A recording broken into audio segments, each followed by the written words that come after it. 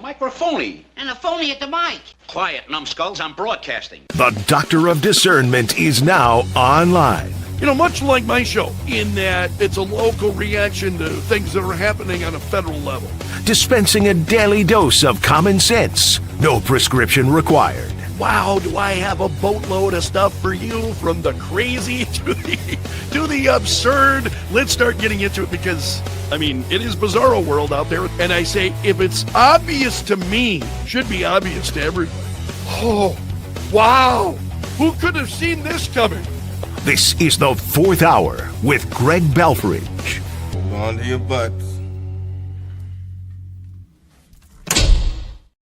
Broadcasting from the basement bunker beneath KELO Radio. Welcome to the Fourth Hour of the Greg Belfrage Show. You know, I'm getting some folks on YouTube who are catching me, and they don't know who I am. I'm a radio host in Sioux Falls, South Dakota. That's what I do. I've been the morning show host for over 20 years in Sioux Falls, South Dakota. Very conservative program. So a lot of folks, they're watching. They're not actually seeing my YouTube page, so they don't know where I'm located. They don't know where I'm at. They don't know what my background is. And you're seeing some of those comments that start filtering through YouTube. And a lot of them I just ignore because they're as I have told you many times, I'm always, I'm talking to my audience. I know who my audience is, and I'm talking to them. And so some folks are going to stumble upon us. And in fact, somebody did on YouTube. And I just saw the nicest comment from someone who said, first-time viewer, stayed to listen because you instantly reminded me of Rush Limbaugh. I will be back. God bless.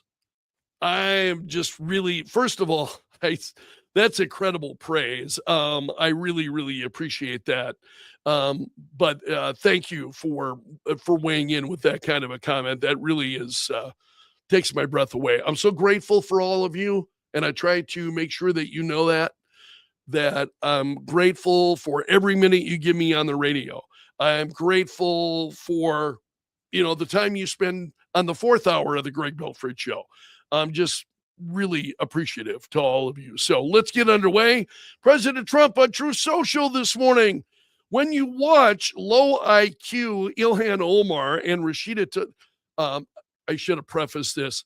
There is still a lot of reaction to the State of the Union speech and the behavior of Democrats who weren't there and were there. So Trump says when you watch low IQ Ilhan Omar and Rashida Tlaib as they screamed uncontrollably at the very elegant State of the Union, such an important and beautiful event, they had the bulging, bloodshot eyes of crazy people, lunatics, he says, mentally deranged and sick, who frankly look like they should be institutionalized.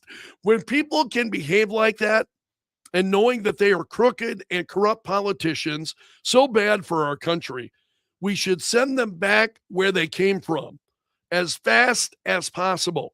They can only damage the United States of America. They can do nothing to help it. They should actually get on a boat with Trump deranged Robert De Niro. De Niro has been out there making comments. A lot of these comments I don't bring to you. I don't.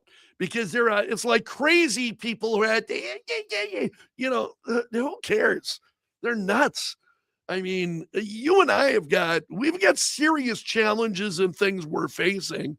I just don't think they're relevant, So Robert De Niro, the president says, another sick and demented person with, I believe, an extremely low IQ who has absolutely no idea what he's doing or saying, some of which is seriously criminal. When I watched him break down in tears last night, much like a child would do, I realized that he may be even sicker than crazy Rosie O'Donnell. He's getting everybody in here. This is the president on True Social. And then he said, crazy Rosie O'Donnell, who is right now in Ireland, trying to figure out how to come back into our beautiful United States. The only difference between De Niro and Rosie is that she is probably somewhat smarter than him, which isn't saying much. The good news is that America is now bigger, better, richer, and stronger than ever before, and it's driving them absolutely crazy. Yeah, I think there is some of that going on, right? Folks are just being driven just absolutely crazy. Among them, get a load of this. I had not seen this until this morning.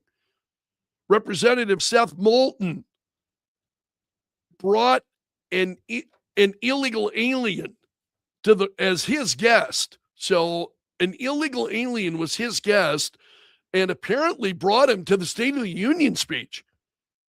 And you get people responding to this on social media saying, Democrat Representative Seth Moulton smuggled in an illegal alien to Trump's State of the Union address, then had his chief of staff harbor the illegal in Moulton's office to shield him from police. And Nick Sorter says harboring an illegal is a federal felony. Arrests need to be made. Boston Globe reports on this. Milford teen was arrested by ICE last May. Reportedly left the State of the Union when he was recognized by the Department of Homeland Security. Man, these people are just crazy. This is incredible. And so this is going on. You have people being smuggled in to the State of the Union speech. I mean, that is just mind-blowingly stupid, mind-blowingly insane. And Miranda Devine's got a piece this morning. A lot of reaction to the president's State of the Union speech. I know it's a little bit late, but we haven't talked about it here much.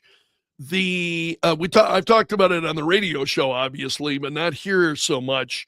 Miranda Devine's got a piece this morning saying the Democrats showed their true colors at Tuesday evening State of the Union when they failed the president's test of allegiance to this country. Everybody is picking up on this. I picked up on it. And as I am prone to say, like my old chemistry professor, teacher, George Willis at the old Washington High School in Sioux Falls used to say, why, if Greg can do it, why, sure, anybody could do it, right? So if I get it, everybody gets. The president, he asked every lawmaker in the chamber to stand if they believe their primary duty is to protect American citizens rather than illegal immigrants. That's a no-brainer, right? It's an absolute no-brainer. Well, of course, you stand up. Yeah. Their primary duty should be to protect American citizens, not illegal immigrants. And Devine says, that should have been a no-brainer. It's the essence of putting America first, but the Democrats refuse to stand. And Trump said one of the great things about the State of the Union is how it gives Americans the chance to see very clearly what their representatives really believe. He said, so tonight I'm inviting every legislator to join with my administration in reaffirming a fundamental principle. If you agree with this statement, then stand up and show your support. The first duty of the American government is to protect American citizens, not illegal aliens. So all of the Republicans are immediately on their feet. There's just thunderous applause coming from Republicans. And the Democrats sat there. They didn't clap. They just sat there. They didn't stand. They didn't clap. They did nothing. And the president said, isn't that a shame? It really is a shame.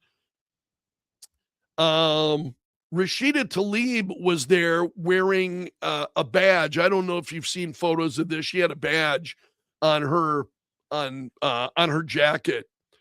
F ICE, it says on it. It spelled it out, of course. F ICE, member of Congress sitting there. And so Devine says, no surprise the Democrats are refusing to pass the SAVE Act. Here we go again. requires proof of citizenship to register to vote and an ID to cast a ballot. Since it's a measure with 83% approval in opinion polls, Trump pointed out the only plausible reason the Democrats would oppose the SAVE Act is because they want to cheat. It's the only way that they can get elected is that they want to cheat. Absolutely right. So Miranda Devine writes on this in a lot more detail.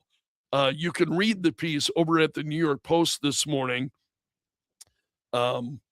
It's just incredible. And Devine says, if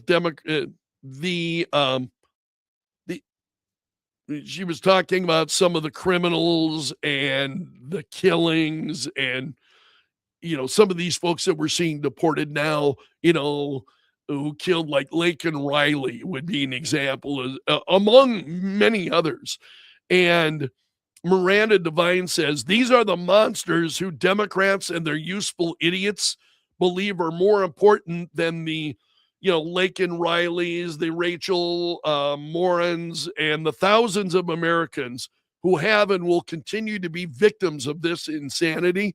Trump was right to remind America whose side the Democrats are on, lest we forget. Great piece by Miranda Devine. There's also a piece by Amanda Head at justthenews.com. Trump draws clear midterm battle lines. Patriots versus Hatriots. I love this. The Hatriots. I'm going to steal that.